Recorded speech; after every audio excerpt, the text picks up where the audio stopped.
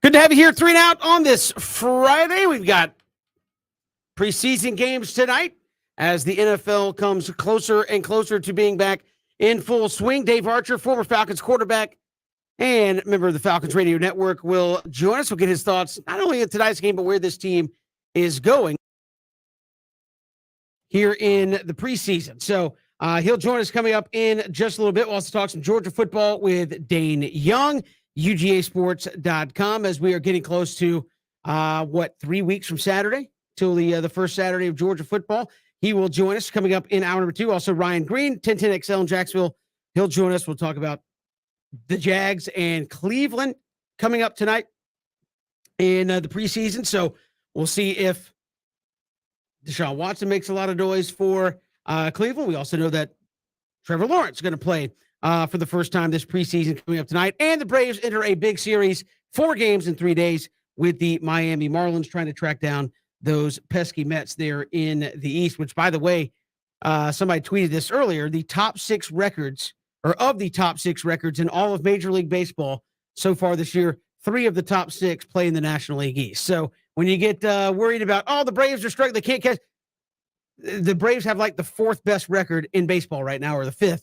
The Phillies are there. The Mets are obviously there, all in the top 6 of best records in Major League Baseball. So don't get too worked up about the Braves at this point. But you have preseason tonight, Falcons and Jags, 2 teams with a boatload of questions that I don't know if we'll get any answers, BJ and Ben, but they got a lot of questions about whether or not they can be better. I mean, the Falcons, I think better might be they still win 7 games. I don't know if they can do that. And the Jags obviously don't pick number 1 and try to show some improvement from the Urban Meyer era.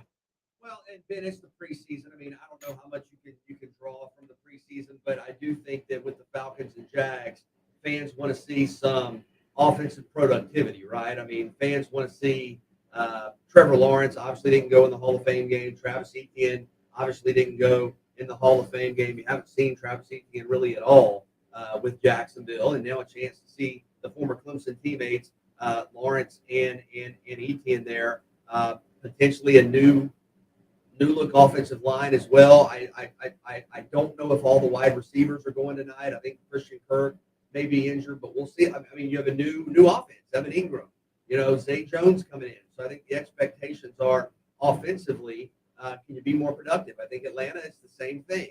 What do you expect from Marcus Mariota? And you're not going to get all those answers in the preseason. That goes without saying. But how are you going to use? You have Drake London, big time, top 10 pick at wide receiver. I don't know if he's going to go tonight, but over the duration of the preseason, you have him. Obviously, Kyle Pitts is one of the best players at his position in the National Football League. You have offensive line questions clearly for the Atlanta Falcons, where the depth chart might be a little bit unsettled still. So I think when you look at Atlanta and Jacksonville here in the preseason, I think a lot of the questions are about the 2 offenses and what they're capable of.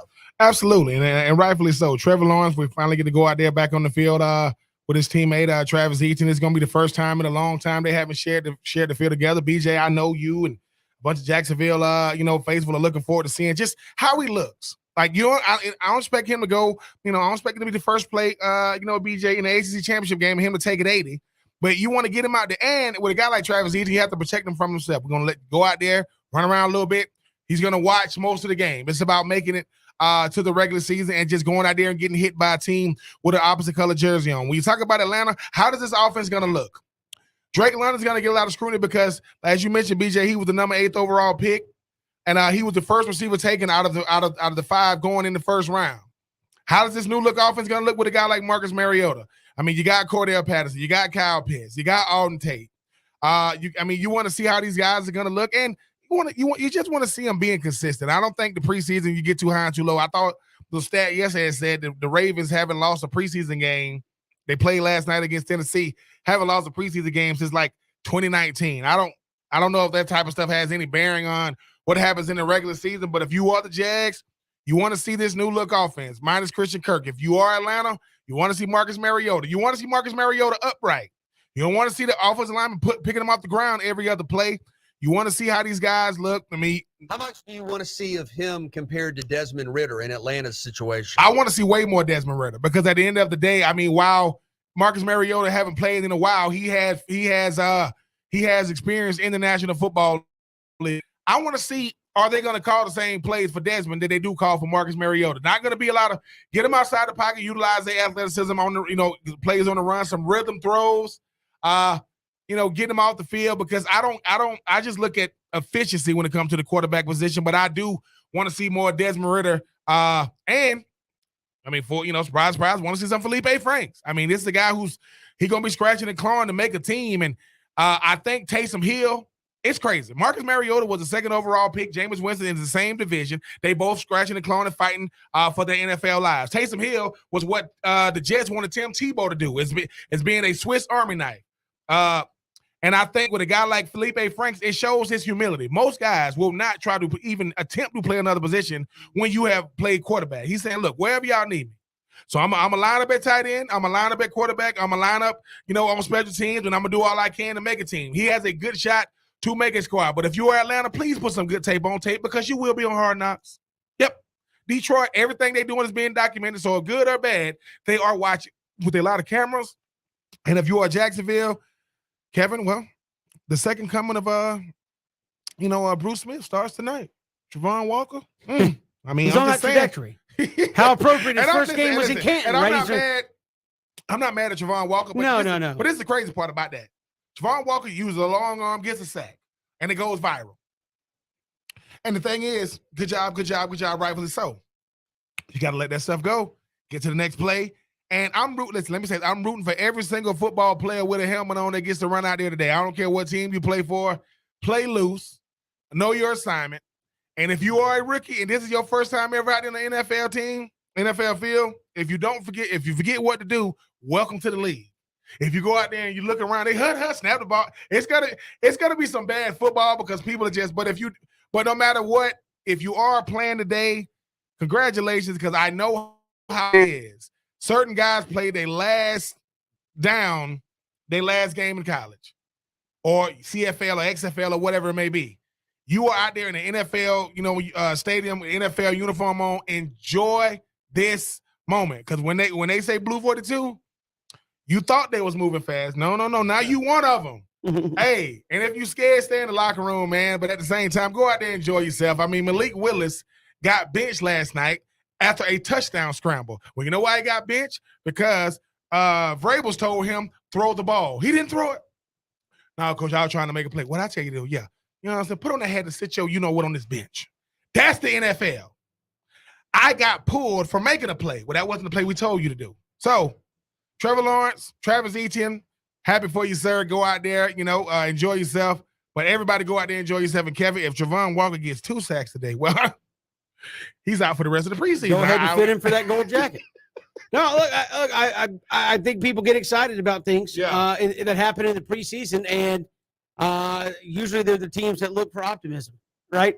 If you find yourself getting overly excited about preseason games, your team probably stinks. I'm just being honest. I mean, when's the last time you heard a Steelers fan go, man, I am geeked for preseason game number 1? We're going to okay, I agree, but can I ask you this? I agree that I'm not saying you don't want to watch it. I'm saying the results of what happens. If Tampa wins a preseason game like 17-11, everybody's not celebrating. They must be playing the Jags, scoring 11. Well, yeah, but what I'm asking is for a franchise like Jacksonville. Yeah. Can you find any momentum in the preseason? Of course. I don't think so. You can, but it's not. Let me say this.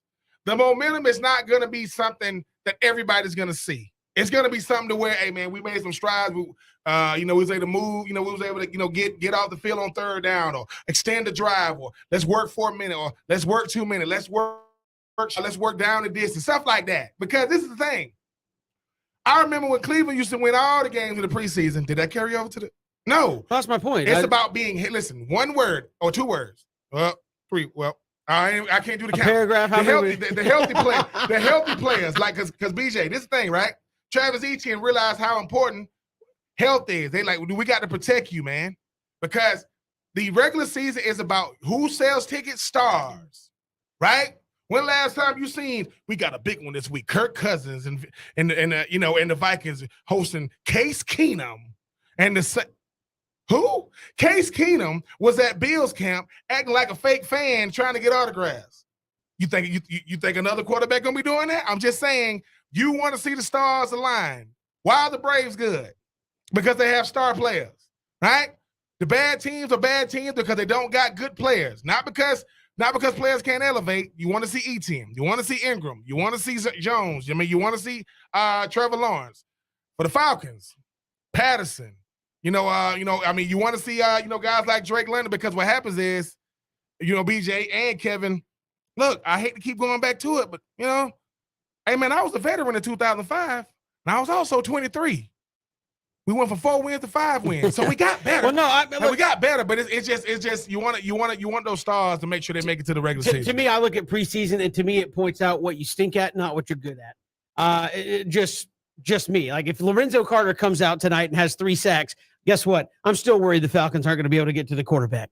Why? Because, as you said, it's first preseason game. You're probably playing some guys that might be watching a lot of football. Maybe on the team, but might be watching a lot of football from the sidelines. I don't know if it means a whole lot. Now, that being said, while things are vanilla, if Drake London is catching a lot of 50-50 balls, that may be good, but we see no separation. We see no routes. Kevin, we see no route. No, I'm saying, but against base defense, you see no route running where you are running open. To me, that is a concern. That is a concern. No. I will say this, though, Kevin. We are trying to avoid the inevitable. If Drake London doesn't get a 9 route, at a certain point, can he run them?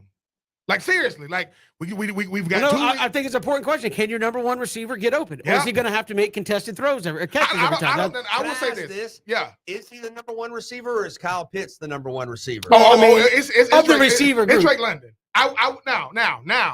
Now, are they going to run the passing game probably through Kyle Pitts? Yeah, because you know what you're getting from him. But BJ and Kevin, this is the thing, right? You ever seen a tight end win the Super Bowl MVP? You ever seen it? I've seen a bunch of receivers do it, right? I ain't saying tight ends can't, right? I'm just saying. I don't think Super Bowl MVP is on the mind of anybody coaching the Falcons right now. I'm just being honest. Because what I'm saying is what it got. No, this is the thing, right? We don't know about the Falcons. It's our first time watching them. I mean, who that first round pick? That big kid right there. See right, Drake London. Oh man, he's gonna be nice, right? Yeah, you're gonna be. That's football. Sorry, your draft stat is not gonna determine how you play. It's gonna determine how many eyeballs you get, though. He was a number 8. Yeah. Number 8 pick. Man, not a Olave. Not Garrett Wilson. Not Traylon Burks. Him. Where he went? USC. He played for South Carolina. Played for the Trojans. Really? I'm just saying. I'm not saying he doesn't have skills. I'm just saying that we never see him getting open. Most guys, when they go all the highlight tape is him out-athleting guys and making. And I'm not saying there's not a skill set involved. That don't hear me. Don't hear me wrong. I'm not down. My point is a number 1 receiver, and maybe as we talked yesterday, Falcons fans, you get spoiled with Julio Jones and Calvin Ridley and Roddy White and all that. Okay, your number 1 receiver can't be a jump ball specialist in my estimation, right? If you can't make a double move and get by somebody, that's going to be a problem. Right? I mean, if you can't just outrun the best receivers in football can do one thing, and that is get open against the best corners in the world. That's what they can do consistently, and they can beat double teams consistently. And when you can't do, people say, "Wait a minute, you tell me the number 1 receiver got to be 2 guys?" Yep. He got to beat the guy in front of him and the guy behind him. Yep. And he has to do it consistently. Devontae Adams has to do it. Cooper Kupp has to do it. Tyreek Hill has to do it, and so on and so forth. That is what Drake London is going up against. And if he can't get open against 2 people, that means one guy can take him away. That means the rest of the defense can shift. That means that they're going to put the focus on Kyle Pitts. Drake London, welcome to the Bigs. If you can take the check, you can take the pressure. Go out there and handle your business big time. We are rooting for you. And the Falcons have Detroit up in Detroit tonight, Jags and Browns in Jacksonville coming up a little bit later tonight. So much to get to here on the show. Dave Archer, former Falcons quarterback, now with the Falcons Radio Network, will join us. We'll break down what he sees with this Atlanta Falcons team coming up here in just a little bit. It is 3 and Out. Love to hear from you on Twitter at Pigskin Radio. We are streaming live as well, ESPNCoastal.com. And you can follow us along on Facebook, Twitter, and YouTube. You can see all of our smiling faces, video streaming there, Facebook, Twitter, and YouTube. Go to our YouTube page at ESPN Coastal there on YouTube. We're coming right back. Dave Archer joins us next here on 3 and Out.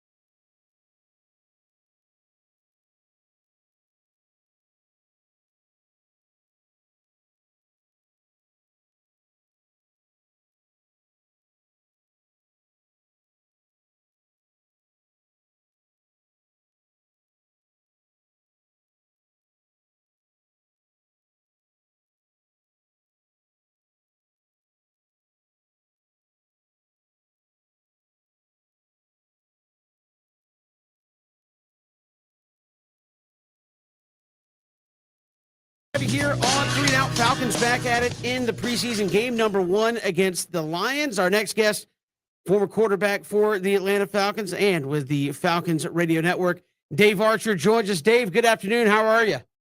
I'm doing excellent, guys. Glad to be with you here on game day. Well, Dave, it's a little different. Obviously, for the last decade plus, you've had number 2 back there running the offense. So what do you expect, not only as we go along, but here in week 1 from the 2 guys that have taken over here at the quarterback spot for Atlanta? Well, yeah, it's definitely a different deal. You know, like you said, that Matt's been the guy for the last 14 seasons, and you pretty much rest assured that position was solid and stable, and he would have put in the work to get ready for the year. I think that's happened with these 2 guys. Mariota and Ritter are 2 guys that have worked extremely hard. One, getting to know the system. 2, blending in with the community here in Atlanta and with their teammates. You know, is an inherent part of the job that goes with, there's leadership involved in it. And when you're coming in new and trying to be the face, that becomes very difficult, especially when you have guys that are here, that have been on this team, the Grady Jarretts and people like that of the world, maybe some of the younger veterans that are on this team. The quarterback has to be one of those leader type guys, from a work ethic, how he applies himself in practice, to what he does in meetings, to obviously what happens on the field. And then some of the adversity you're going to face on the field. A lot of players look to the quarterback to see how he responds to that. So a lot to digest for those 2 players. I think they've done a great job with it. I think there's going to be a continued process that they'll continue to evolve into. But I like what I see. You've got 2 very athletic guys that are going to be able to create away from the pocket, the off-schedule plays and things of that nature we have not seen for a while, that they're going to be available to Arthur Smith, maybe from a play call standpoint, maybe from a design standpoint. So there's a lot of things that are to be excited about. But I think the thing that you got to keep in mind, both of them can play. Both of them can really throw it. Both of them can run. Both of them can play.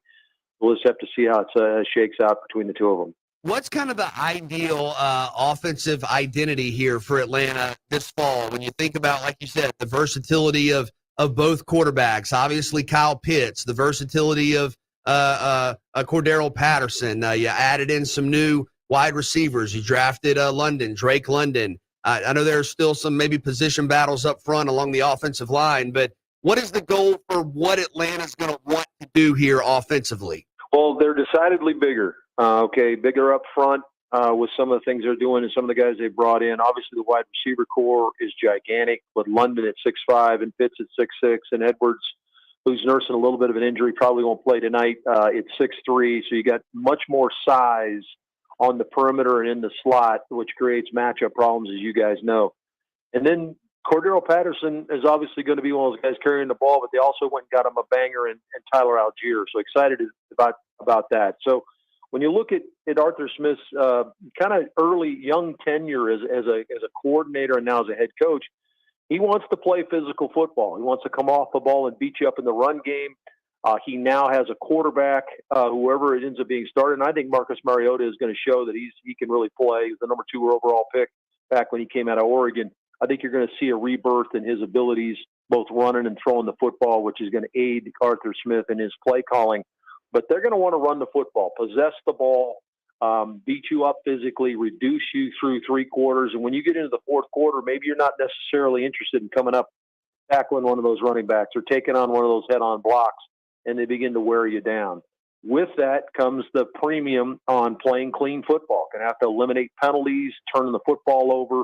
So there's things that go along with it that have to couple together to make yourselves successful. But that's kind of the identity I think they want offensively. And then they want to build in that big play, whether you've got a guy that can catch the ball and make a small play into something big, or you can throw a ball down the field to one of these gigantic receivers and then go up and make an explosive for you. So I think that's the identity you're looking at.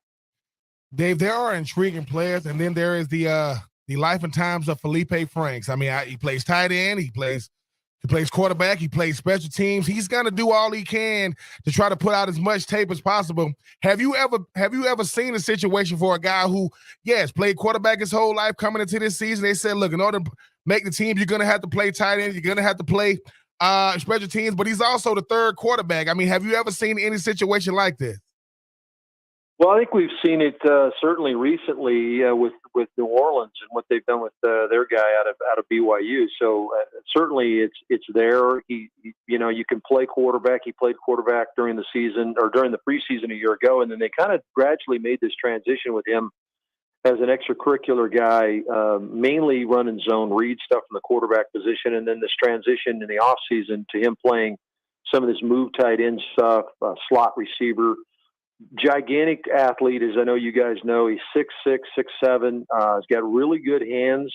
Has a knack for running some routes. Has a feel for it. He's outstanding athletically. Can run.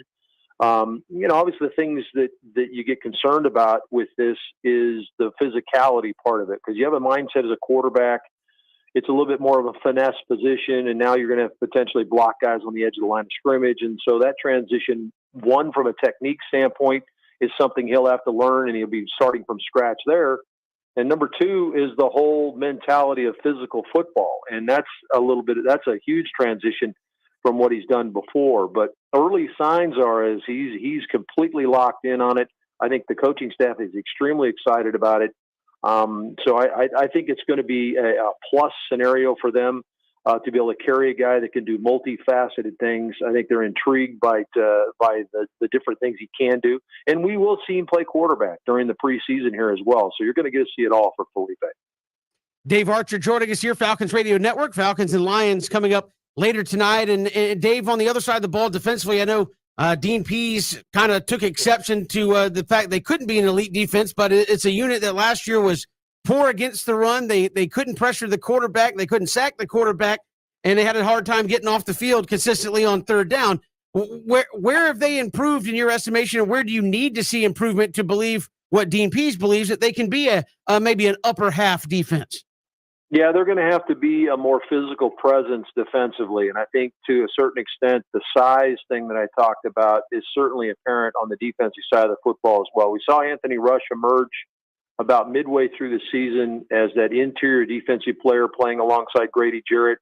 It looks like Tyquan Graham, their second-year man out of Texas, who they drafted in the 5th round, ironically enough, the same round that Grady drafted. I think Grady was drafted in the 5th or 6th round as well.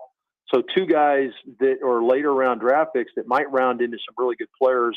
We know Grady is, but Tyquan Graham is a guy that's made some noise here early in camp up front. But the physicality has got to change. And so I think Ade Ogundeji, the second-year man out of Notre Dame, certainly showed his abilities. You went and got some big linebackers that can run, that are younger guys, and Rashaan Evans and Lorenzo Carter, two guys that frankly are chip on the shoulder guys, in my opinion. These are guys that were drafted high.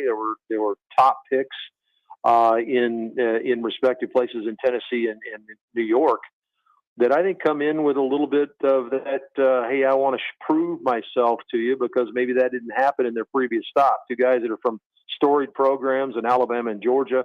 I'm expecting them to rise to the occasion. And then what they did in the draft, to go get two edge players in Ebiketie and Malone, two guys that are prolific and getting after the passer, and a linebacker who's a run and hit linebacker, a bigger dude at 240 pounds that runs 4.4 in Troy Anderson out of Montana State. So there was a concerted effort to do some things with this defense. You add a guy like Nick Kwiatkowski, who comes in, had been in Vegas, who's another guy that's a bigger linebacker that can thump. I think that was kind of the overriding feeling. In the back end defensively, I think the two safeties, it's time for them to take over. Richie Grant and Jalen Hawkins have had good camps to this point. A.J. Terrell's as good as you'd hoped he'd be. And I think you got an upgrade at the other corner in Casey Hayward. I think he'll be better than Fabian Moreau was. So I think they've upgraded the personnel across the board. Now that might allow Dean Pease to be a little bit more to the personality he'd like to play with, a little bit more aggressive, get after you a little bit more. I think you'll see some of that. So I think the arrow points up for this crew just because of the personnel he has. And now they got to come together as a unit, and they've got to take on the personnel of their defensive coordinator, who you just said went completely off about a week ago, talking about why can't we be a top 10 defense? Why can't we be and so that's the mentality and the bar he's trying to set with these guys. And early on, they certainly are receiving that pretty well.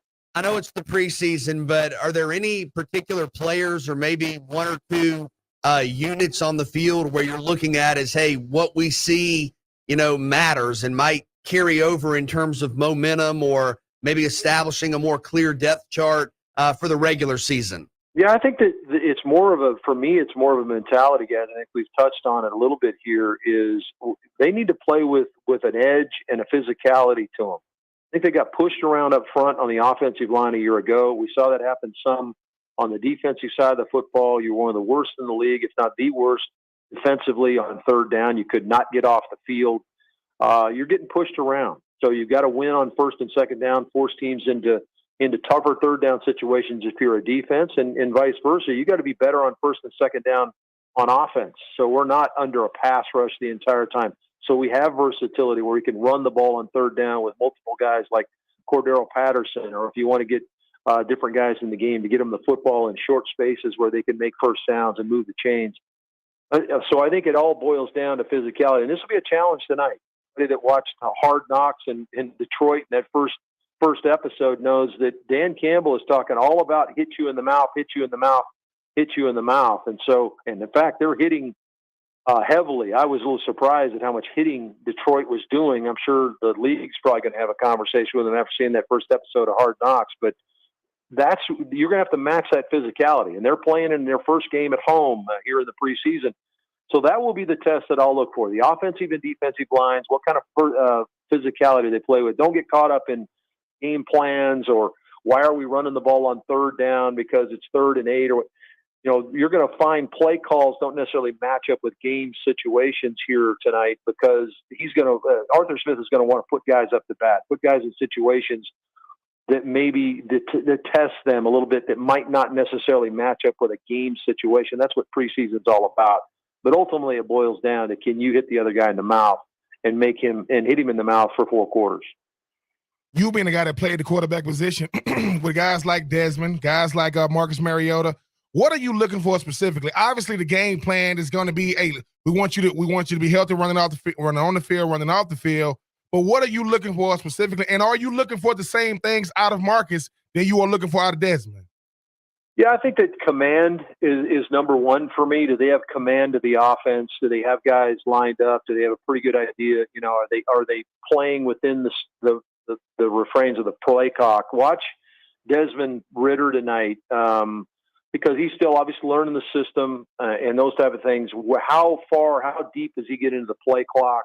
I think they would like to get him plays in to where he can get the plays off and he's not struggling to maybe change things to the line of scrimmage, those kind of things. So command of what he's doing from a quarterback perspective, the little intangibles that go along with just getting your team lined up and getting the playoff.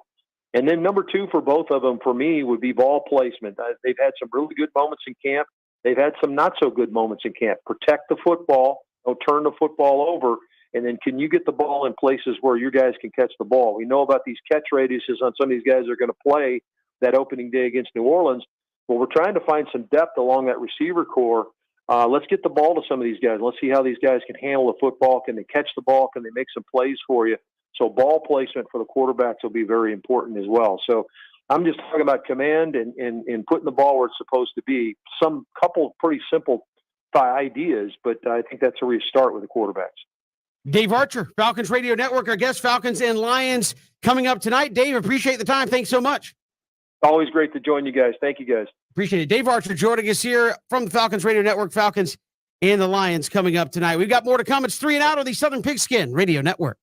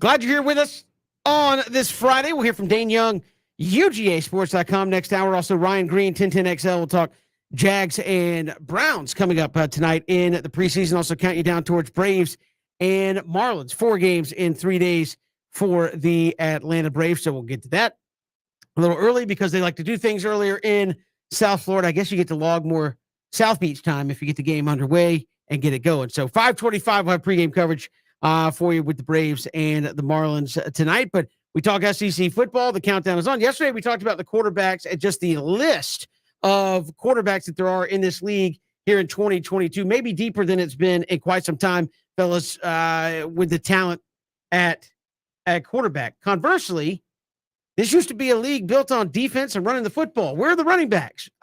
Do we have a deep pool of running backs, or is there an elite list at the top and a bunch of guys who were pretty good but maybe haven't separated from the pack? I think you have some really good running backs. I really do. And we have our top 5s. There are some guys that I don't have on my top 5 list. Wouldn't surprise me if they move up the list. I'll start. I have Kenny McIntosh at Georgia, number 5. Now, I know the Dogs have multiple running backs. That's nothing new. That's always been the case in Athens. You may be able to, on any given Saturday, replace Kenny McIntosh with the next Georgia running back. I mean, you have 2, 3, 4 guys that would probably start at most programs in the country, but I'll go Kenny McIntosh at 5 from Georgia. Number 4, Devin Achane at Texas A&M has had some big games. I go back to the Orange Bowl a couple of years ago against North Carolina, went off. This is a guy that has that big play ability, and Texas A&M might have questions at quarterback. They do not have questions at running back, and I think Achane is going to be a player that helps Texas A&M be consistent week to week with that brutal schedule. Now, this is I could see this guy going up to number 1. I'm going to go Jahmyr Gibbs at Alabama, number 3. A little bit of a change. You go from Georgia Tech to Alabama, one of the most exciting players in the country, can do it all. Let's not forget, not only is he a big-time runner and receiver, but special teams as well. Mm-hmm. He is a huge playmaker on special teams. Now, with Gibbs, how much rotation will there be? I guess you can ask the same thing about McIntosh in terms of the total numbers at Alabama, but I'll go and I think the top 3 are really close, maybe even interchangeable, but I'll go Gibbs 3. Number 2, Tank Bigsby at Auburn. Initially entered the transfer portal, came back. That was huge for Auburn to be able to have Bigsby, who's a proven producer, can run it right between the tackles. He's the type of back that is very comfortable. If you go to him and say, I mean, Ben, you see these guys in the SEC, hey, you're getting 27, 28 carries today. You might get 30 carries today. Tank Bigsby can do that. And then number 1 for me, I'm going to go Chris Rodriguez out of Kentucky. The consistent production, had almost 1,400 yards, I think over 1,300 yards last year. Kentucky has really established itself at the line of scrimmage as a power running team over the last couple of seasons. And I know Will Levis, you're going to throw the ball downfield, but don't forget about Chris Rodriguez. So I'll go Kenny McIntosh 5, Devin Achane 4, Jahmyr Gibbs 3, Tank Bigsby 2, Chris Rodriguez 1, but I think pretty interchangeable at the top. And don't tell Kentucky they're a basketball school either. Oh yeah, I mean I'm looking forward to seeing that brawl today fall between John Calipari and Coach Mark Stoops. No, BJ, my list is real similar to yours. I mean, but my number 5, a little bit different. My number 5 is John Emery, LSU. I mean, when you're dealing with a quarterback situation, I know that Miles Brennan, those guys are going to be trying to vie for who's going to be the starter quarterback.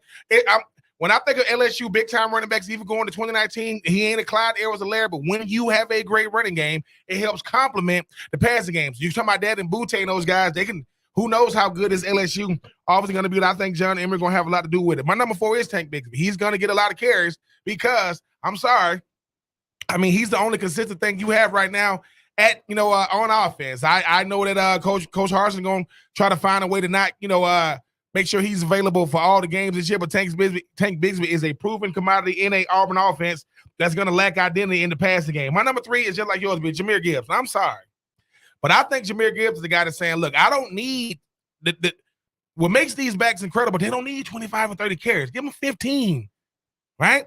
Give them 15 to 17, and as you mentioned, BJ can catch the ball out the backfield. If you give him a seam, number 1, he's an incredible player. Number 2, he's a motivated player. Number 3, he plays for Alabama. That sounds like a recipe for a disaster for anybody that got to line up against him on the other team. My number 2 is Chris Rodriguez, though. When you think about what him and Will Levis can do, you got to compliment the run game. Once again, I thought it was going to be, Benny Snell Jr. I thought, they go 9-3, never to be seen from or heard from again. Oh, you get Will Levis, who's putting, mayonnaise in his coffee, which is nasty. But Chris Rodriguez, so you got a complimentary back, you got a complimentary quarterback. But my number one is Jabari Small for Tennessee. Look, when you got a high-powered, up-tempo offense, Hendon Hooker is a guy that can both run and throw the ball. But when you got a guy like Jabari Small, another year in the system, a guy that's a home run hitter, I think that he's really, really going to help. Kevin, you always talking about, hey, sometimes, man, how do you give, your defensive breather? Hey, man, we can speed the game up a little bit, but also slow it down with the running game because he's a guy that I definitely think control, run inside, outside type guy. But I just think that what he brings to the offense, BJ, with a Hendon Hooker, and another year in, you get more comfortable the second year because now you're just reacting. First year, you're thinking. But to go through my list again, John Emery, LSU 5, Tank Bigsby, Auburn 4, Jahmyr Gibbs, Alabama 3, Chris Rodriguez, Kentucky 2, and Jabari Small, Tennessee, number 1 running back, I think, coming back this year. All right, interesting list. I did have John Emery number 5 out of LSU. I think new coach, they're going to be more dedicated to running the football. Brian Kelly will, I think, see to that as he run it. The A-Chain out of Texas A&M, I have him at number 4. I think the top 3 are pretty solid to me. I have Christopher Rodriguez 3, Tank Bigsby 2, Jahmyr Gibbs 1. You say, well, Jahmyr Gibbs hasn't even played in the SEC. No, he was a widely recruited running back. He was putting up ridiculous numbers when they let him touch the ball at Georgia Tech. Now you go to a team that had their quote down year last year. Beefy offensive line, a guy that can run the football, catch the ball in the backfield. I think you put him with that talent, he's going to have a huge year and probably be the best talent in the SEC. So, again, I could be wrong. He's got to do it first, but I have him number 1 there for Alabama. We'll see. I think there's a stable of running backs. I don't know if you're as deep as you have seen in years past at running back in the SEC, but I think the guys at the top are very, very, very good there in the SEC. We'll come back. Again, Braves coming up later today. We've got the lineup out. Vaughn Grissom, has moved up. He's batting 8th ahead of Michael Harris and behind Marcell. I'm sorry. No protection. No protection at all. We'll get to that next. It's 3 and Out on the Southern Pigskin Radio Network.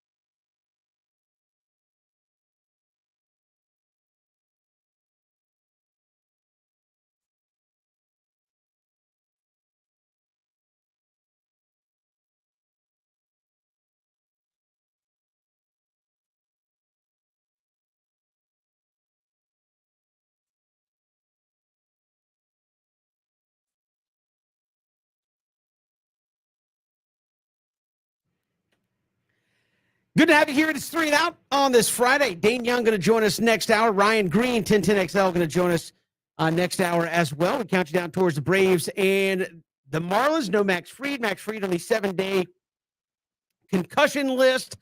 Jake Odorizzi gets game 1 tonight. Doubleheader tomorrow. Game on Sunday as the Braves try to chisel back in against the Mets. And with Max Fried, obviously, concussion's very serious. You want to be as careful as possible and make sure everything is completely okay and all the rest needed. I believe in terms of a corresponding move, they recalled Jay Jackson up as a pitcher, and I guess you were saying probably in theory a reliever, but I guess if you need to, could start. Yeah, I mean, I don't know. I like I said, I think they put him on the concussion list retroactive, so it's one of those things where he wasn't pitching anyway, and now they just backdated it. So we'll see. Obviously, with a concussion, depending on how severe they think it was, it could be a little longer than 7 days. But yeah, I mean, Max Fried would then be scheduled. If he went back to the 8th, he would be good to come back on Monday. So maybe just one of those things where if you need an extra guy on Saturday, just in case, then maybe he gets in there and pitches. But yeah, I think Max will be all right, and we'll probably see him back first part of next week. You mentioned it. How do y'all feel about? And I don't know. I would guess you're thrilled to be wherever you are in the lineup. I don't know with baseball players how much routine matters. And I know Vaughn Grissom's had one game, but how do you feel about kind of moving things around in the lineup? Is that dependent upon the pitcher you're facing? I mean, what all goes into moving around people in the lineup? I mean, maybe they like Michael Harris at 9, hitting in front of Ronald Acuna. 2 guys with speed, 2 guys that can hurt you in a number of different ways. I mean, like I joked about, if I'm Vaughn Grissom, I don't want to hit behind Marcell Ozuna because they're not scared of him.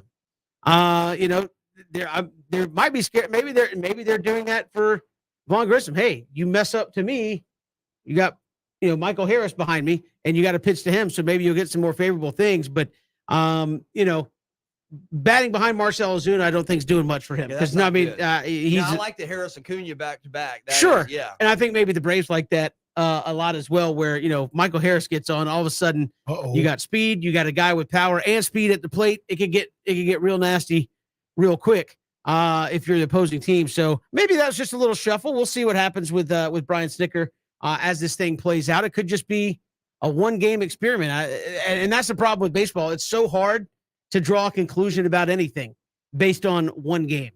Through 1 game, you can make the worst hitter look like the best. Oh man, he went 3 for 4 tonight. Like Marcell. He's batting. Yeah, Marcel's batting like 210, but he goes yards like in Boston. You're like, oh man, he did a tank shot. He did, but what about the other 17 at bats leading up to that, where it was free swinging and you hope and pray to God something gets in play. So I'm interested to see kind of how it plays out. Obviously, the debut was amazing. I think he's going to be a guy that's probably not going down unless he just really, really struggles. But I'm excited to watch yet another top prospect kind of earn his stripes at the big league level. We'll come back, take 3 around the corner. Dane Young next hour, Ryan Green next hour, 1010XL as well.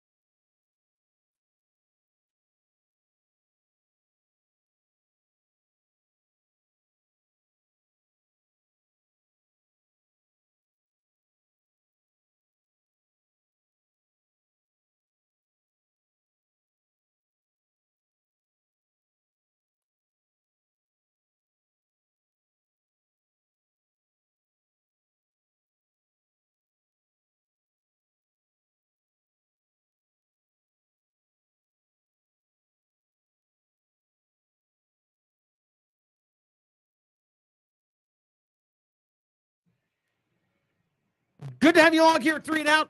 Hour 2, busy, stacked up. Dane Young, UGAsports.com, going to join us. Ryan Green, 1010XL, going to join us as well. So a lot of Georgia football talk to get to. Jags and Cleveland tonight. We'll hear from Ryan Green about that. And we lead you up towards the Braves and the Marlins. 5:25. We'll have coverage for you a little bit later this afternoon. But, fellas, it is 4 o'clock. Let's take 3 here on 3 and Out. All right, take 1.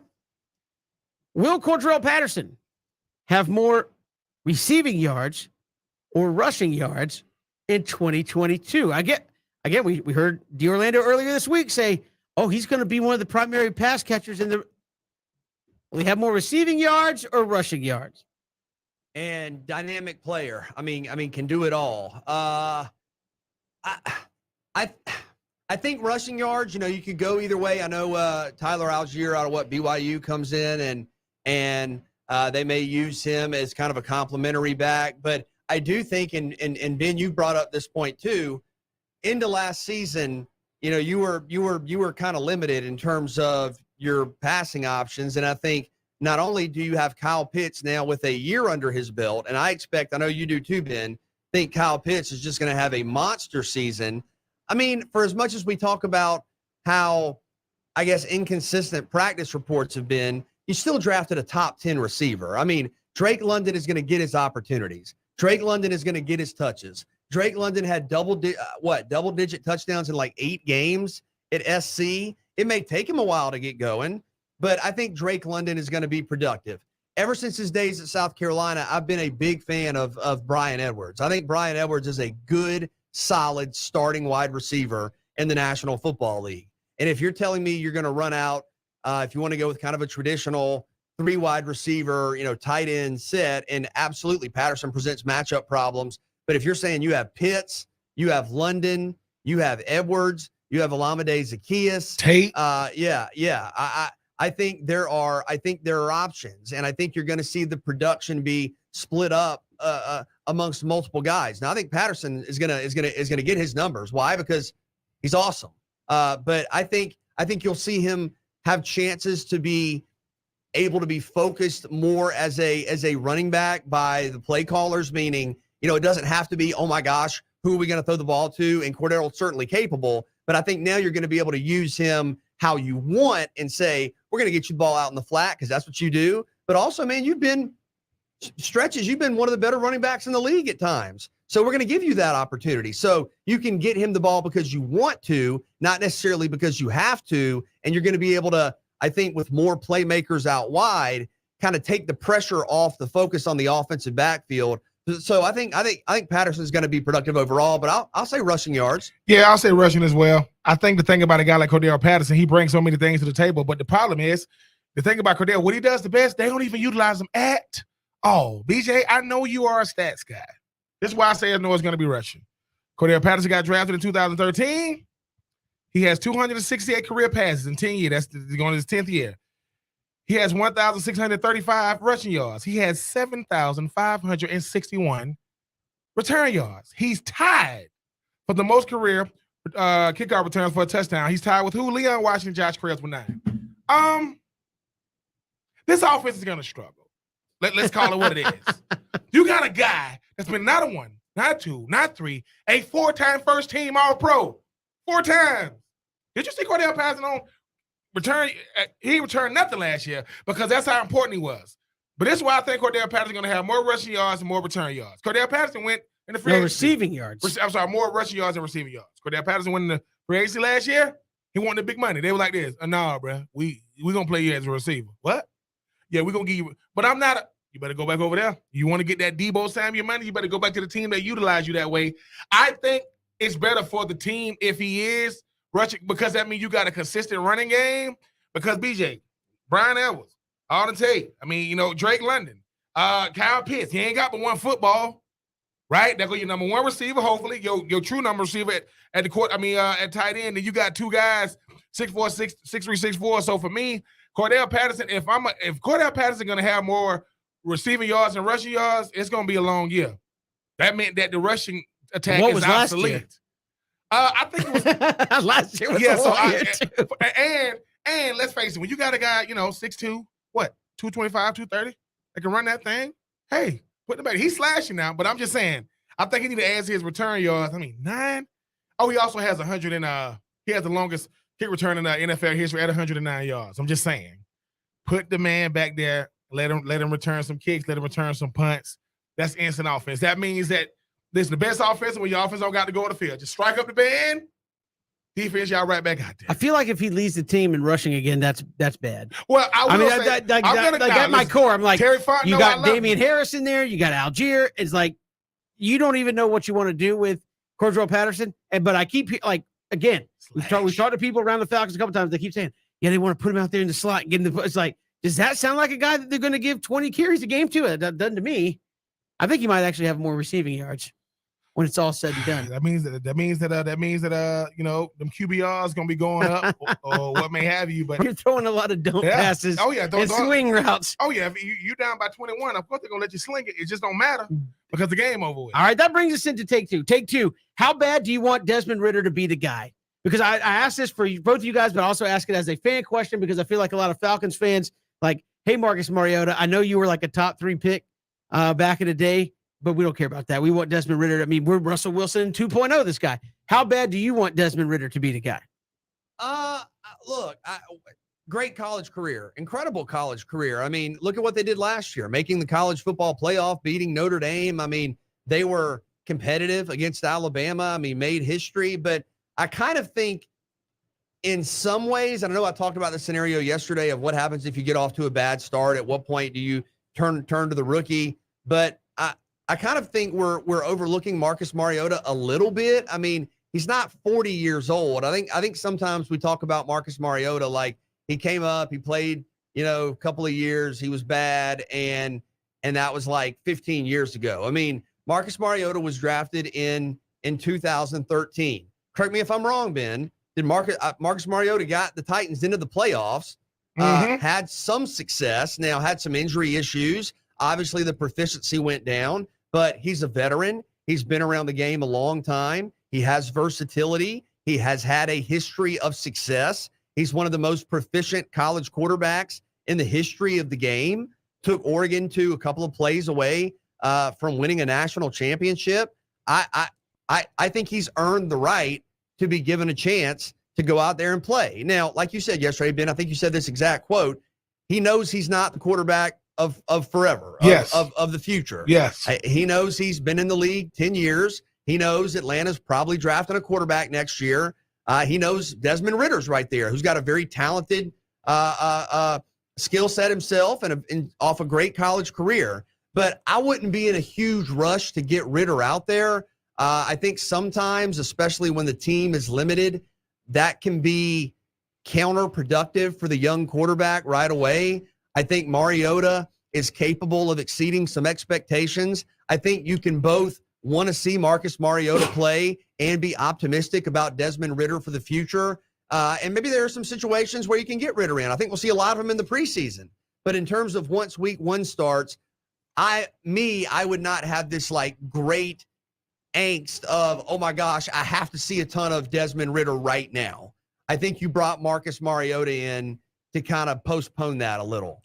I mean, I'm pretty anxious to get him in there. This is why. People get too caught up in where guys got drafted and not position they play. BJ, if Desmond Ridder was a top 10 pick, you would say, why wait? Because when it comes to them first round quarterbacks, put him in there, put him in there, put him in there. People get caught up in, no, I give you A1 RG3. You know who else got drafted in that same draft on that same team? That would be Kirk Cousins. Why would they draft 2 quarterbacks in the same draft on the same team? Because they like, this dude right here is a running quarterback. He might get hurt. Who's still in the league? Kirk. Who's not? RG3. Sometimes. Now, Kevin, and I'm just going to say this. Maybe they're saying, hey, this dude played in Cincinnati, right? Yeah, they went to the college football playoff. Yeah, how they do that? Oh, man, this dude they're looking at what he did for that team. It's not Cincinnati. You don't got to like it. It is a basketball school. You don't got to like it, but it is. But it is. I'm just saying. But I think what it is this, right? Marcus Mariota knows this. Look, man, if I go from a number 2 overall pick to being a backup and now I get a position strictly because they don't have nobody else, I should know that's kind of like what it's not what that team is saying. It's what the other 31 teams aren't saying about me. So put Desmond Ridder in there because think about it. Switch it. If Desmond Ridder don't work, he's a rookie anyway. Put him back on the bench. All right, Marcus, come on. Because either way, I think you want to know what you got. Because I think if you are Atlanta, I'd rather put the guy in that you really want and not the guy that you're paying more money, because I need to know how I need to look at the rest of this season, because it's rough, man. You got two guys that's good enough to play. If it's close, you put in Desmond. If it's not, put in Marcus. We'll see. I don't know if I want Desmond Ridder to be the guy right now. I want him to learn and not be thrown out there and get Derek Carred on some level. All right, moving on. Take three. Last night you had the Field of Dreams game. King Griffey Jr. Hey, Dad, you want to have a catch? Just get you right in the feels. What is the last sports moment that got you all in your feelings? Deep question on a Friday. I get it. Deep question. I mean, I always think it's special. You know, we were talking about the Vaughn Grissom home run when you have the families in attendance, right? When it's a moment where it's a debut or it's a first opportunity, and then the family's right there and you're able to have that intimacy. I think that's always really extra special and extra meaningful. I mean, for me, I think, may he rest in peace. I think it's Kobe's last game, because you don't. I mean, it's very, very seldom that everybody appreciates a player the same way. It ain't the same love; it's the same appreciation, because Kobe made you believe the way he believed. Like, dude, if they in the game, Kobe can. It was something, and it's like what people don't realize. That same day, the Golden State Warriors was breaking the record for the most regular season games ever, and no one cared. Like, nobody cared. It was Kobe, Kobe, Kobe. And the fact that most guys want to get a number retired. He got 2. And the thing about it is he gave you 6. It's almost like Kobe saying, all right, man, if I just do a curtain call, no one's going to say anything. He gave you 60. Now, true indeed, he shot the ball a lot, and I get it. But there are certain people that understand what they mean to the game. Like, I understand what I mean to this game. I understand what I mean to the next generation. And I just think that for me, as much as I talk trash about Kobe to you, BJ, obviously, man, you love that dude because he didn't cheat the game. Not even his very last game. I mean, that whole welcome to Icy Hot Arena, because that's what it smelled like over on his bench. But he gave you 60. And think about it. When's the last time everybody stopped what they're doing to see one last dude play? Everybody, former Lakers, no matter, I want to see this dude. Like, it's almost like he's performing for the last time. Like you're going to see Michael Jackson or Antonio Brown for the last time. So for me, it is Kobe dropping 60 in the Staples Center last game, because like I said, man, may he rest in peace. It's just the fact that there are certain guys that understand. But if there's a number 2, what Christian told us about Tiger Woods and winning the last, because it's like, dude, he's about to do it. Like, he's about to win it. And hey, man, certain guys, man, they just understand. They just step up to the moment. That's Take 3. We do it every day. It's time. Dane Young, UGA Sports. We're talking dog football next here on 3 and Out.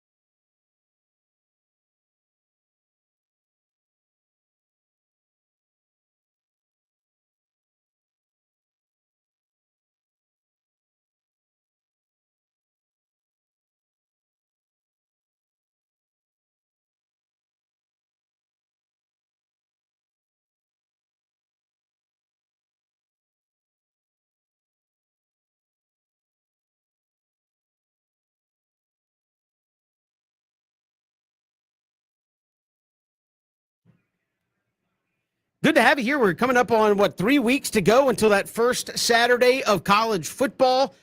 Big countdown. Georgia and Oregon going to lead things off. Our next guest, you can find him at UGAsports.com. Dane Young joins us here on 3 and Out. Dane, welcome. How are you? I'm doing well. Thanks for having me on, guys. Hey, appreciate you coming on. Obviously, we know Georgia's set at the quarterback spot. Let's talk about a position behind Stetson Bennett, the running back spot. How is that shaping up here? Is Georgia going to be a run-focused team early while they settle in some new guys at receiver and other spots? Where's the battle at running back right now? I think to an extent Georgia's always going to be a run-focused team. One of the differences, though, is Stetson Bennett. He's one of Georgia's most mobile quarterbacks that they've ever had, right? So that adds something in the running games in terms of the fakes and some of the RPOs, and you saw that develop last year. So that's a piece of the running game, is Stetson Bennett at quarterback. But in terms of the running backs, I think you're looking at kind of a two-headed monster at first in Kenny McIntosh and Kendall Milton. Kenny McIntosh is one of the best receiving running backs that Georgia's had in a long time, and that's including the James Cooks, and that's including the DeAndre Swift. When you see some of the acrobatic catches that he made and the ability to contort his body, I think Kenny McIntosh is going to kind of bloom on the stage here as one of the best running backs in the country, and Georgia tends to develop those guys. It's his turn. When you get beyond those two guys, and I guess with Milton, you have to say if he stays healthy, we'll see his potential. When you get beyond them, Dejan Edwards is going to play. And then our folks that we talked to say that Branson Robinson, true freshman from Mississippi, Georgia will be relying on him this season, and it's good because he can carry the load, the shoulders and muscles on that guy. It's kind of the most Nick Chubb looking player they've had since Nick Chubb. Georgia tight end, so talented. How do the Bulldogs plan on using the depth at tight end, and how frequently will we see offensive packages with three tight ends out on the field? I think it'll be pretty frequent, especially when you get close to scoring range, because I don't know how you keep Brock Bowers off of the field. And then Darnell Washington is a mismatch with anyone that he plays against. I did think it was interesting that Todd Monken, when he spoke to media yesterday, kind of outlined how a Bowers and Eric Gilbert are different in the sense he said that Gilbert's more of a wide receiver background where it's route running, but Bowers can do so many different things. They can do them on the jet sweep. They can have him, block and release. I think Gilbert's going to be used a bit more from a wide receiver, but just playing tighter to the line because he can block a little, but he's not even Bowers in that scenario. The other thing to remember, though, is that even with those three tight ends, when they get to the 3-yard line or so in the last couple of years, you're going to see Georgia bringing in defensive linemen like Jalen Carter, potentially even at a tight end spot. We've seen that happen before. Jordan Davis was a fullback. So who's to say that you couldn't come up with a 4 tight end situation in the red zone? I think you'll see 2, often 3 sometimes, and in a very rare case, even 4. And then even sticking with a guy like Jalen Carter, obviously going to be a top round pick next year's draft, big time talent at the D tackle position. But then you look at a guy like Nolan Smith, 15 guys got drafted last year, 5 in the first round off that defense. They're going to be replacing a lot of guys. How many games you think it's going to take for those guys to get into a rhythm? You don't expect them to look how they looked in 2021, but those guys are still going to be really, really good in 2022. Well, having Carter and Smith helps a lot. And the one that I think that people don't talk about in terms of experience is Robert Beal. Now, even with those great defensive linemen, he ended up leading the team in sacks last year. Now, some of that's because those guys took pressure away. He got some opportunities from his side. But Robert Beal is an experienced big player in the SEC. When I was at the media availability for practice a few days ago, Robert Beal is the biggest guy they have at defensive end in terms of size. Now, that may not be the case after some of the freshmen in future years grow, but I'm saying right now, Robert Beal is the biggest that they have just in terms of total size. I think if anything, what you want to see are the inside linebackers gelling, because so much of Georgia's defense was, I thought, predicated on how Nolan Smith and Channing Tindall and Quay Walker reacted because the defensive line held up its end of the bargain. I think that'll probably still be the case with Carter and Smith. You'll see some other guys, Nazir Stackhouse, Zion Loeb. What do they bring to the table? But typically for Georgia, if those linebackers are playing well, the defense is going to be pretty solid immediately. Where do you think they get challenged? Obviously, that defense was so good last year, was like depressing if you're a Georgia fan when they gave up points.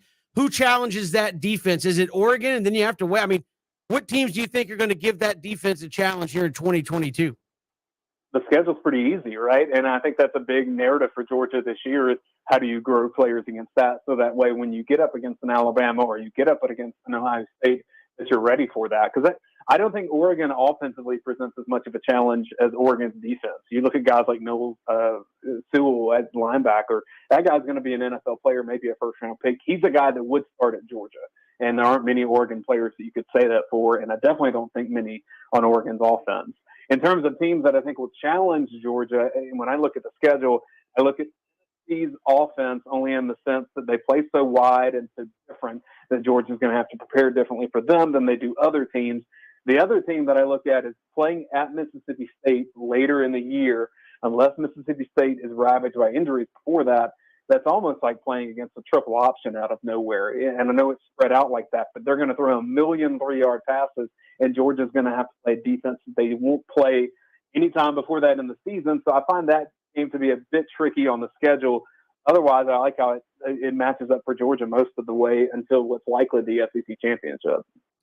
Stetson Bennett, I know Kevin said at the beginning of the segment, listen, we know what we have now. You're talking about a national champion. You're talking about MVP of that game, MVP of the semifinal game, top 5 in the country in passer rating. I mean, what are the goals for him this fall? Is it to duplicate the remarkable historic production? Is there another level he can get to, other areas he can improve?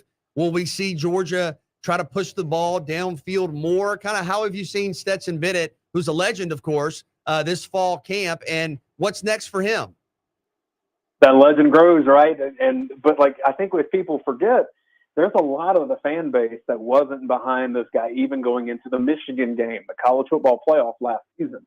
There were I'd say a lot of people in the fan base that wanted JT Daniels to play that game.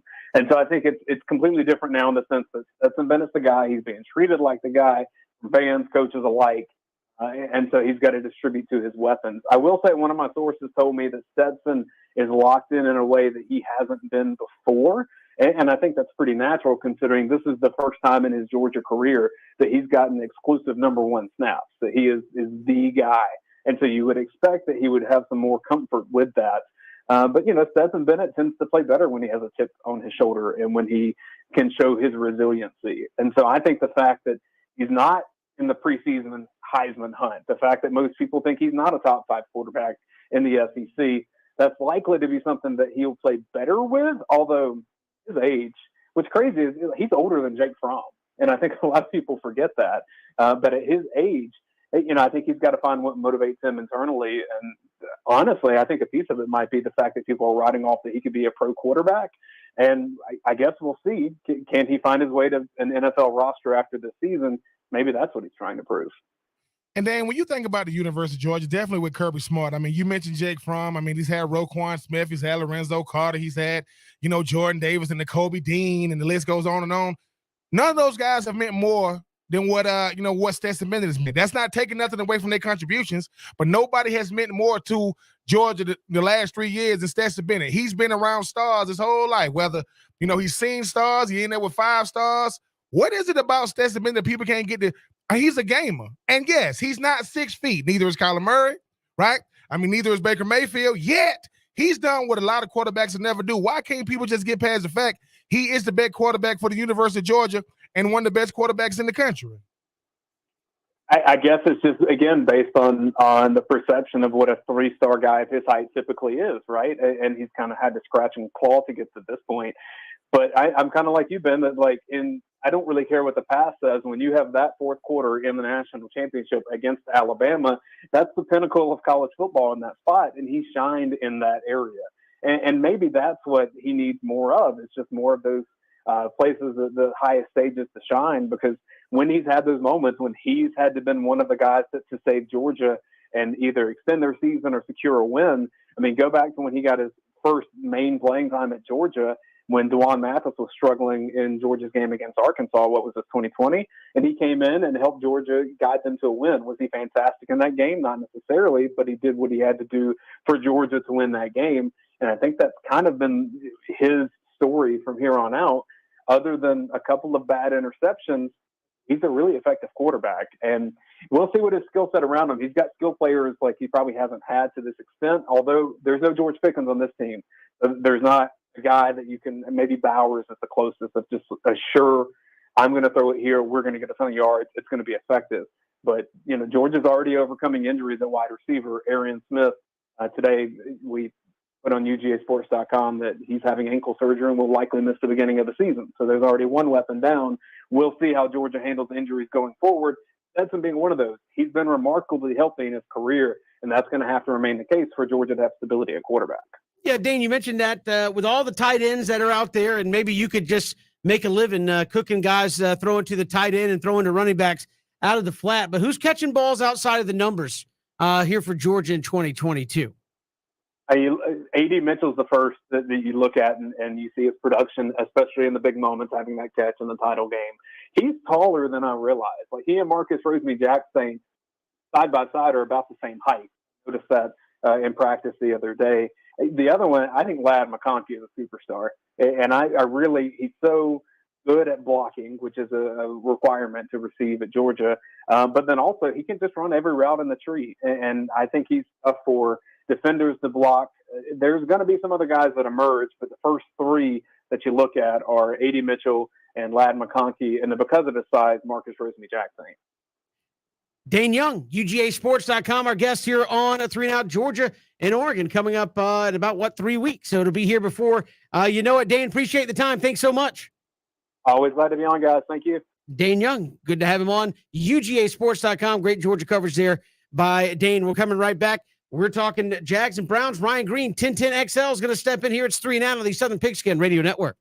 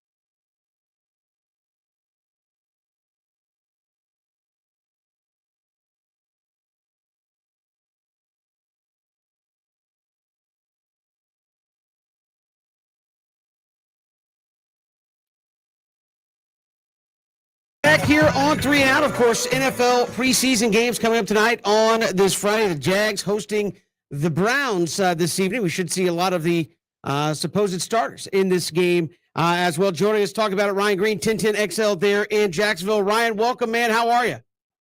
Hey, Kevin, I'm good, man. Good to be with you guys. Hey, appreciate you coming on. Obviously, the Hall of Fame game was let's just go do it and get out of there. We expect to see some of the actual starters projected tonight with Trevor Lawrence and Etienne. What do you expect to see now that those guys actually get out there and play a little bit?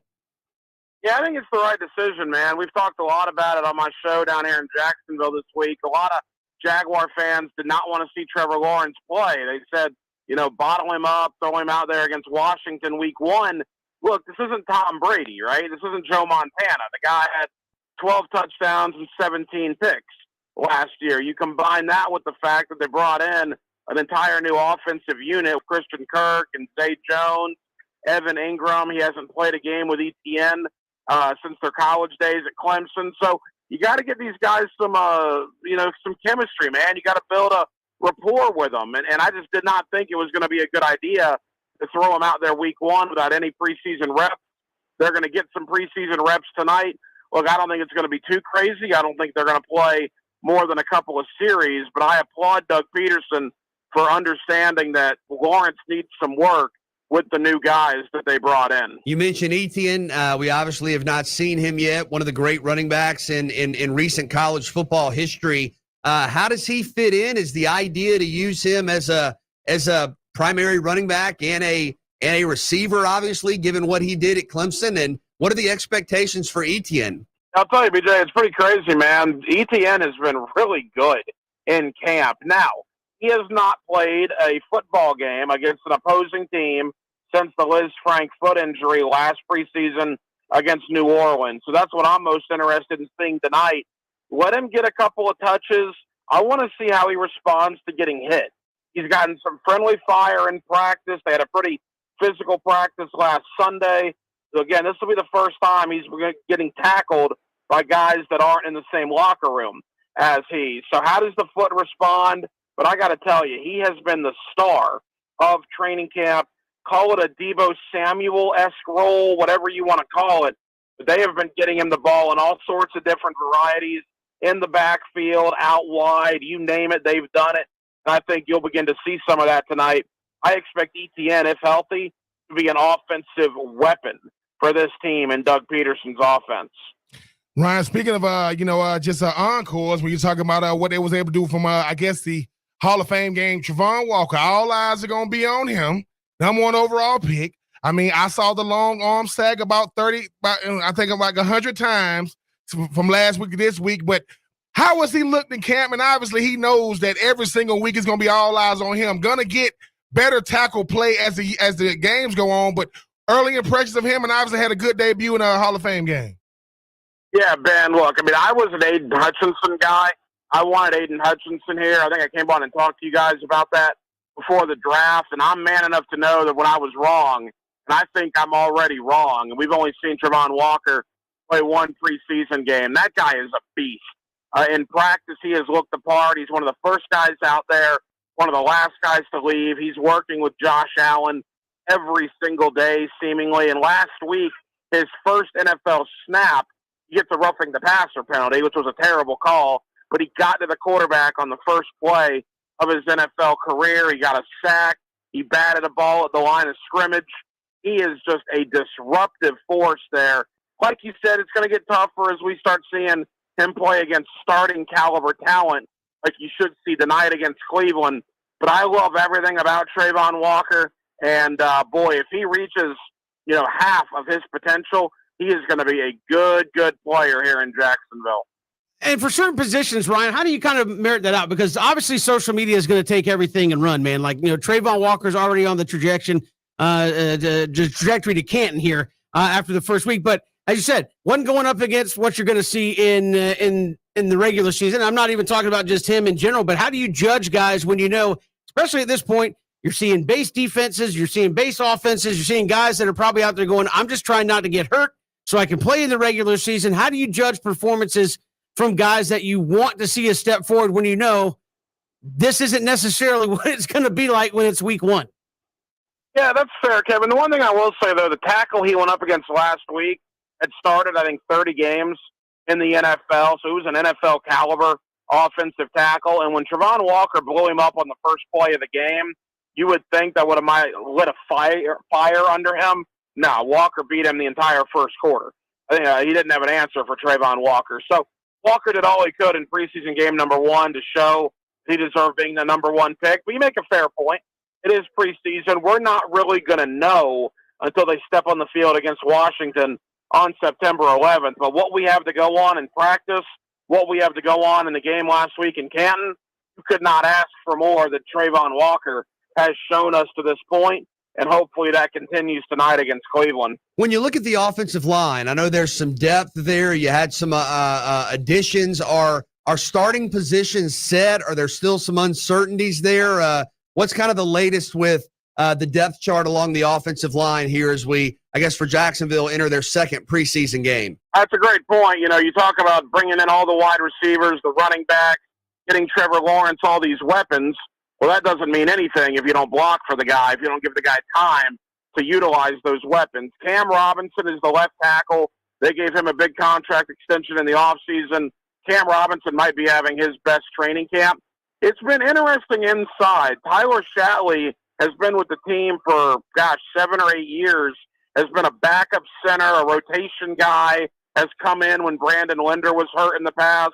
It appears he's going to get every opportunity to start this year at left guard because they love Luke Fortner, the center out of Kentucky. They drafted him in the 3rd round. He was the first pick in the 3rd round. He has come in. They love the guy. In fact, I believe Fortner, as a rookie, will be the starter on opening day at center. They paid big money for Brandon Sheriff to come down from Washington, a 5-time Pro Bowl selection. He's going to be the opening day right guard. And then there is a battle at right tackle between Walker Little and a guy Ben knows very well in Jawan Taylor, a former Florida Gator. Now, Taylor's been battling a hamstring. He's finally getting healthy. He expects to play tonight. But Walker Little has had a 2-week head start on him, getting all the reps in camp. That is a battle. They do not know yet who's going to be starting for them at right tackle on opening day. When you're watching the game tonight, keep your eye on Walker Little and Jawan Taylor. They're both going to get a lot of reps, and they are battling to be the opening day starter over there at right tackle. Ryan, I know that the Jags, invested a lot in this offense. You talked about Zay Jones. You talk about Christian Kirk. You talk about Evan Ingram. The best decision they made in the offseason was Doug Peterson. The hardest thing to do was to come to a healthy working environment. I'm not even going to talk about 2021. When we look at, the 30 for 30, the nightmare season known as Urban Meyer, how much of a common effect has Doug Peterson had, not just on Trevor Lawrence or the offense, but just the entire organization as a whole, to know this is a guy that took Philadelphia to a place that nobody had ever seen before. I'm not calling Jacksonville to win the Super Bowl just yet, but talk about the common effect Doug Peterson had over the entire organization. Let me take you to the movie Shawshank Redemption, right? Andy Dufresne crawls through 500 yards of awfulness, which is what 2021 was.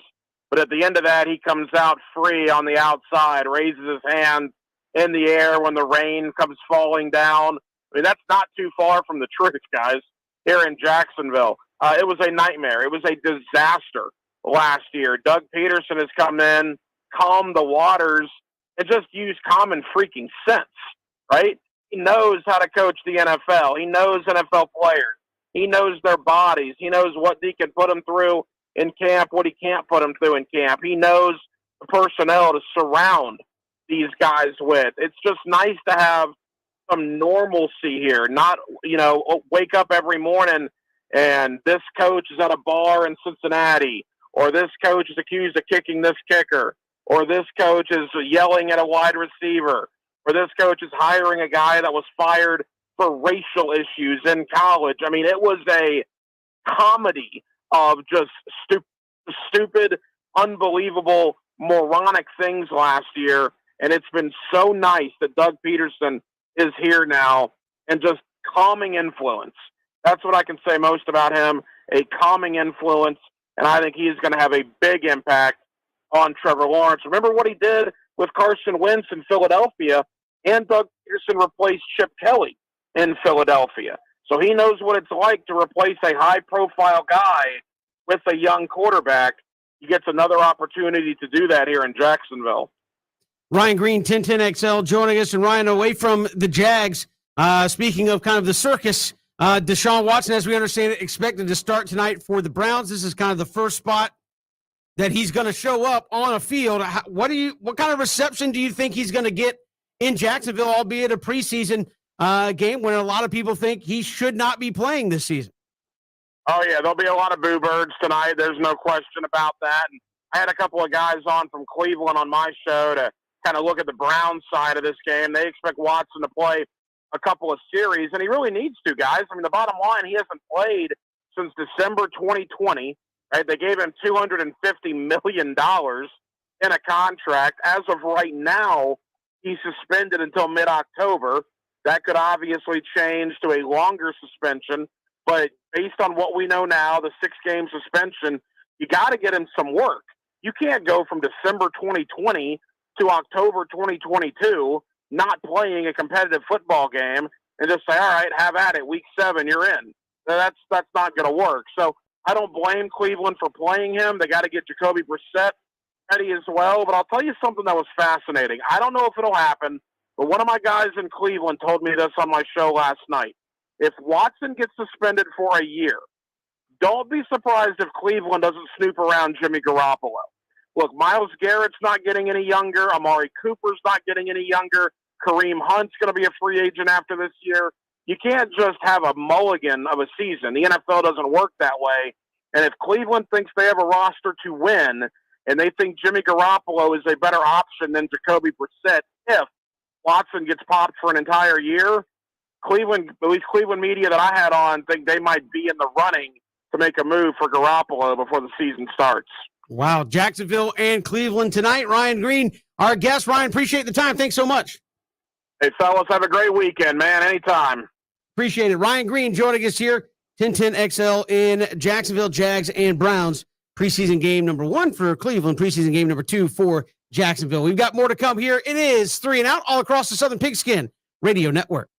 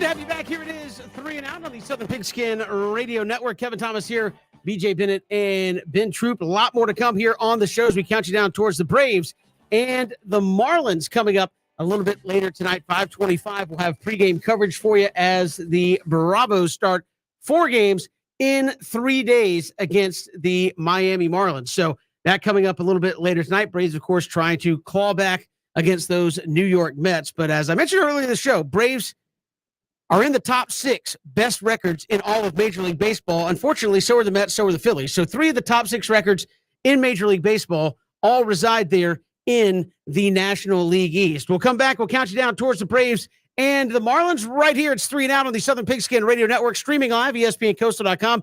Hit us up on Facebook and Twitter at Pigskin Radio.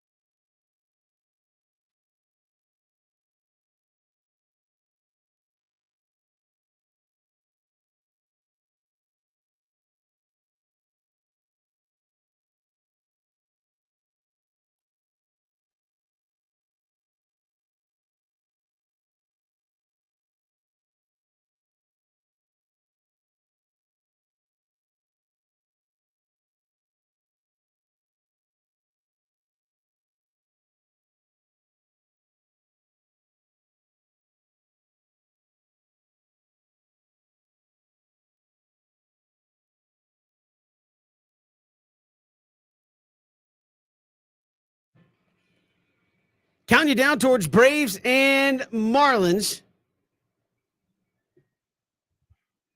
Jay Coder, I was hoping you were late so he could ask you questions. I know it. No. Kevin do that. Like Kevin, like us. If Kevin back and say, wait here, I say, oh, he's trying to get it in real quick. So we say, well, before I do that, yeah, how do you feel? Oh man, I know Kevin. No, BJ. What you didn't get to see before you got back. Oh, Coach David Dorn had an appearance. Kevin was like, oh my God, you talking about NC State getting fired up?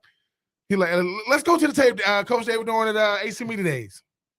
And there it is. I mean, I'm telling you, Kevin's gonna be vacationing one time in some part of North Carolina, and Coach Dorn gonna say, that looks like him, I'm telling you. And he gonna, if I get confronted by Dave Dorn in the street, that might be the greatest day of my life. If you walking with your kids and he walking toward you, you go, maybe take him across the street. Why? Because hold my glasses. I still don't know what your issues are. Like, he had done 200 interviews. We were interview number 201. It's fine. I'm sorry he didn't give you 17 and a half minutes on like the longest media day of the year. Didn't have that problem with Dabo. Hey, I'm telling you, State's gonna be good this year. I'm not saying it won't be. I'm just saying I don't think Dave likes to do the whole media thing. I mean, what happens when he got to go pump up the basketball arena? They're like, Coach, how you feel about this season? Are we a basketball school? Oh, yeah, hashtag we're a basketball school. Hashtag Mark Stoops cannot stand John Calipari. That is some beautiful stuff. Like, we need stuff for some new facilities. We're a basketball school. Well, Ben, isn't Florida the everything school? Well, according to Tennessee, they're the everything school. They was putting out stuff. Why can't you be both? No. I mean, Tennessee was, they was like, let's won the SEC championship and women's softball and the men's baseball, and then you talk about basketball, and then people try to put on the Omaha tape, and the tape ran out. Couldn't see it. So I'm just saying, like, hey man, what was y'all at? I mean, if the greatest team, now BJ, I'm just say this: if Florida's greatest team in baseball history didn't make it to Omaha, you're gonna say that's embarrassing. That's what you're gonna tell me. Tennessee is putting all this stuff, and then people went over here. Let's go over and look at the national championship, cupboard over here. Like, Florida's got a recent baseball national yeah, title. but that's what I'm saying. Do you consider a team the greatest team in like school history if they don't win the national championship? I mean, I think you can be the greatest in your school's history because there's going to be a greatest season, right? However that milestone is measured, with a conference title, with most wins, whatever, without a national championship. But if you're going to compare, if you're going to say, hey, this team has 5 national championships. Or like Ole Miss when they won it, or Mississippi State when they won it. Tennessee is acting as if they won it, and they didn't even go to Omaha. I mean, Peyton Manning's been to Omaha. His production company's called Omaha. He said Omaha a lot. That's what his production company's called, That's we devolved into Ben running smack on some other teams. Kevin about Jake Odorizzi and who was starting tonight. Yeah, it's just Jake. No, I like flying off the hinge when it comes to Kevin. Kevin doesn't come back. Kevin, listen, I try to stay. These people no, it's fine.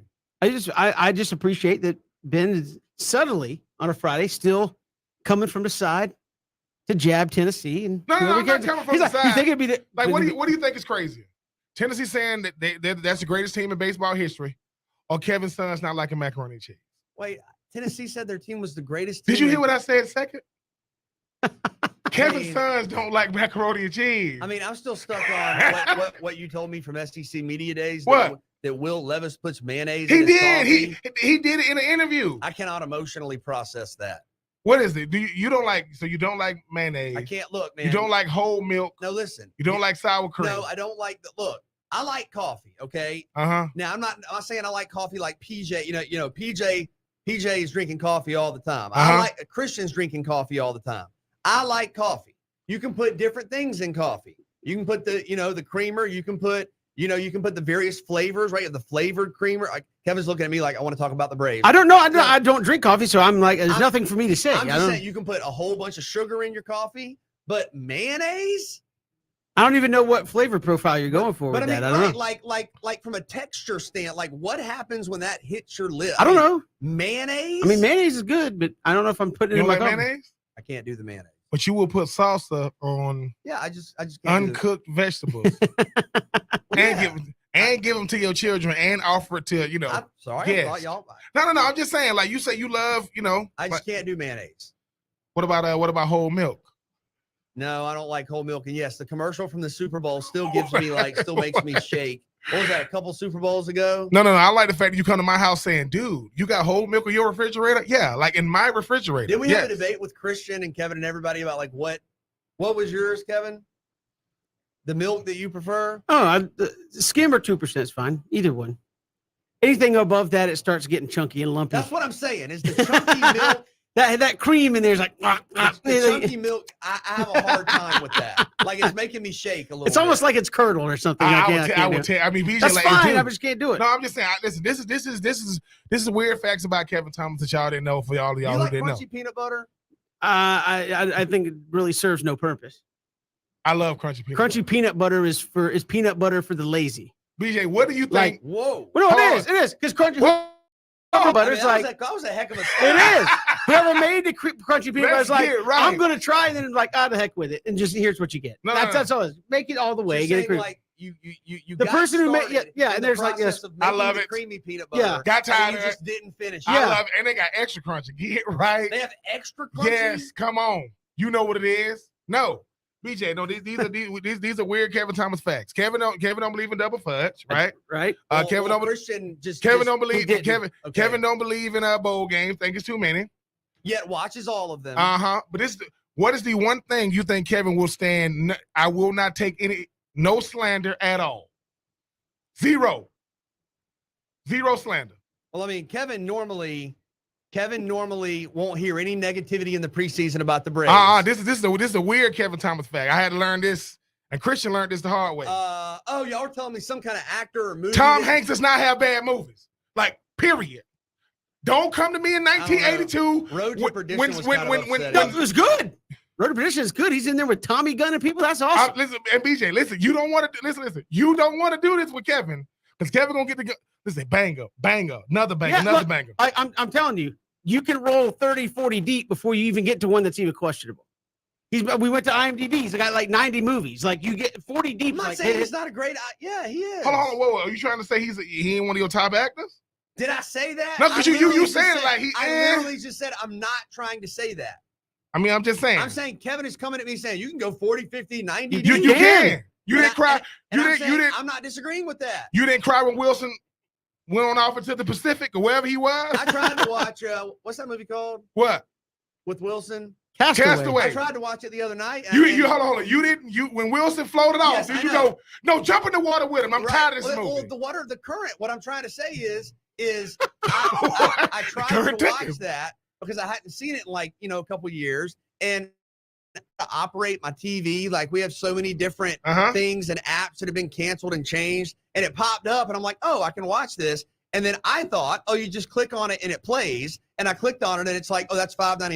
And I'm like, then why are you showing it to me? Like, why is it listed as an option if I have Because to if you click don't on see it, you won't buy it. You ain't lying. Well, I thought I was already paying for it to be available to watch, is what I'm saying. Like now I don't know how to know what's free, what's not free. Like I can barely make my remote work. Like I don't know how to do all this stuff. I mean, you don't want I think BJ has officially entered the status known as old man. Oh yeah, I don't know how to, all these kiddos with their I'm just contractions. saying. Okay. I don't know how this works. Oh, go ahead. Go ahead and do what you got to do. Are you in that group?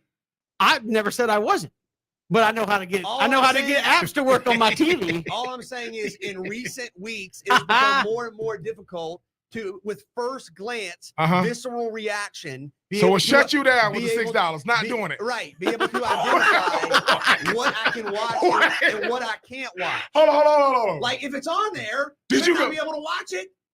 Listen. Listen. I guarantee you 100%. You saw it and you said, this is absurd. I guarantee you said it out loud to yourself. $5.99.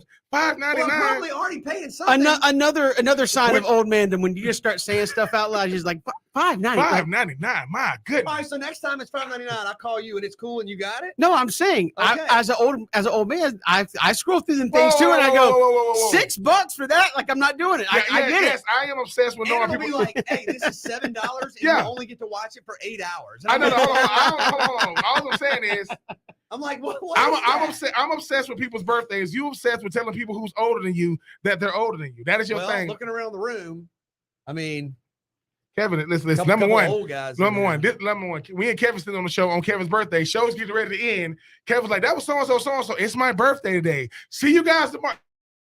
Try to get out of there. Sometimes they'll do it. Hey, here's a movie. It's like $14.99, and you get it for the rest of the night, and it's like $7.15 at night. I'm like, what? How much do you a spend when good you go movie. get something to eat?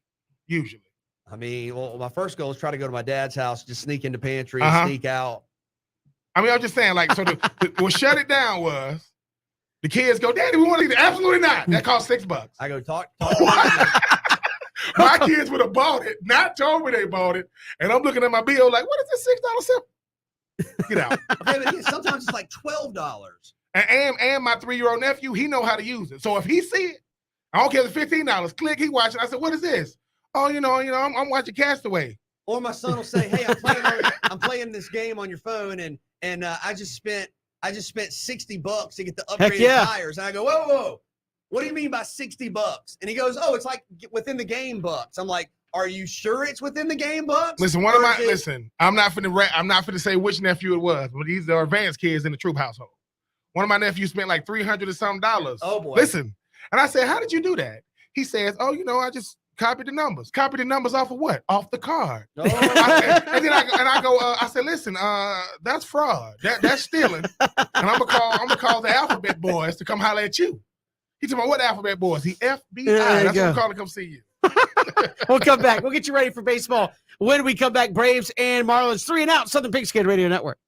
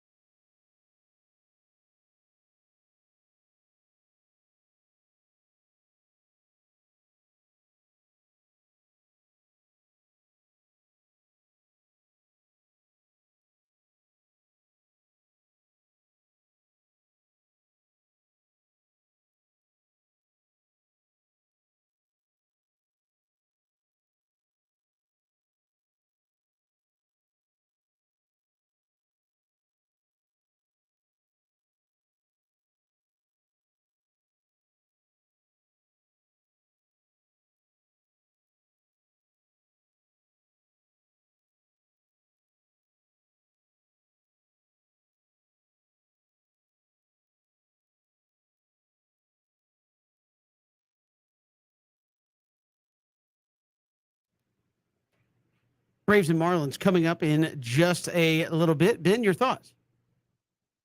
Exactly. So we I'm in there like, we're gonna get I had to get He you a comes little bit. back quietly. You know, no, that's trying the thing, to- right? yeah. Like either is welcome back to 3 and 9. I'm just hey, no, Kevin it's nice to know that when Kevin be looking around like, oh well, you know, I was that's right, it was 3 and out. Well, I was 2 for the money.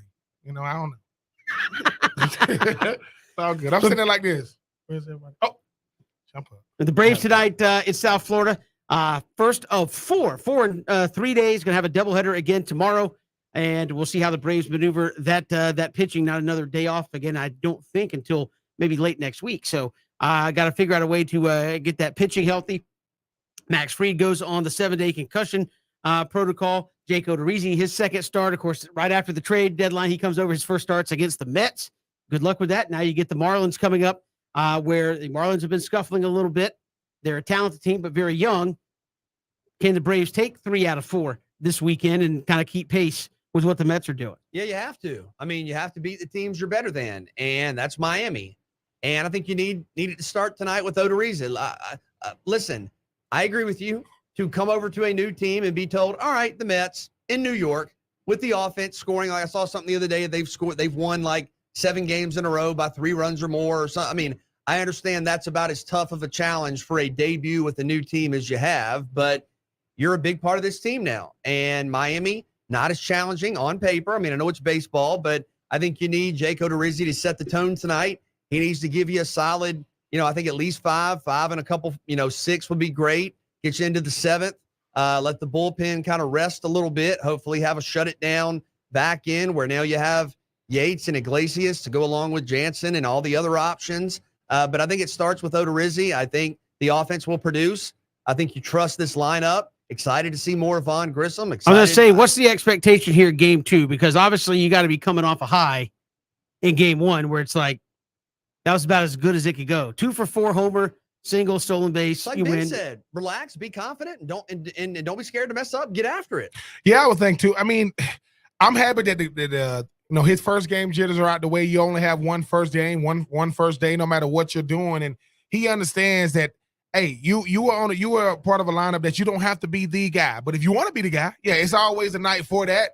Now, you batting behind Marcel. I mean, it's not as if they, but at the same time too, what is Grissom? Then you got Michael Harris, then you got Ronald Acuna, but he's fitting right in. It's something you say, Kevin. Look, every day you're making it hard for Snit them. You're making the decision easy for them to keep you, around when when Ozzie comes back. And the thing about it is Michael Harris Jr., he don't even worry about going, man, I'm the everyday third baseman. I don't know what's going to happen when Ozzie comes back, but your job is to make it hard for them when Ozzie comes back to be able to say what do they do with you. But I'm looking forward to see the young man. I mean, it's crazy. He get to do all that, have a day off now. But can the Braves stick to their winning ways is the main thing. Yeah, I think so. And again, obviously, you're going down to South Florida. Again, I'm all in on Vaughn Grissom. What can he do? Because I do feel, to me, you don't have another good option, even if he goes to left field. I mean, Rosario is okay. Ozuna, I think Brian Snickers should be fined at this point if he puts Ozuna in left field, right? I mean, hey, Yeah. Brian, you may think you have no other option, but if you put him out there, we're going to need to take some of your pay. Like, he has no business being out there. And maybe some, and I get it's because Ozuna makes a lot of money. Maybe behind the scenes, you have that Moneyball moment where it's like, I don't want Ozuna to play. I do. No, I don't want Ozuna to play. I don't care about that. He's playing. So, you can't get rid of him because of the contract. Apparently, the Braves tried at the trade deadline, didn't have a lot of interesting suitors for a guy that makes that kind of money, that's hitting 210 and can't play in the field. So we'll see. But to me, a big weekend for the Atlanta Braves here in Miami. Appreciate Ryan Green, 1010XL, for joining us. Dane Young, UGAsports.com, joined us here on the program as well. And Dave Archer, Falcons, Radio Network Falcons, and the Lions tonight, preseason game 1 for both of those clubs. We will see you on Monday right here on 3 and Out, all across the Southern Pigskin Radio Network. Hit us up on Twitter at Pigskin Radio.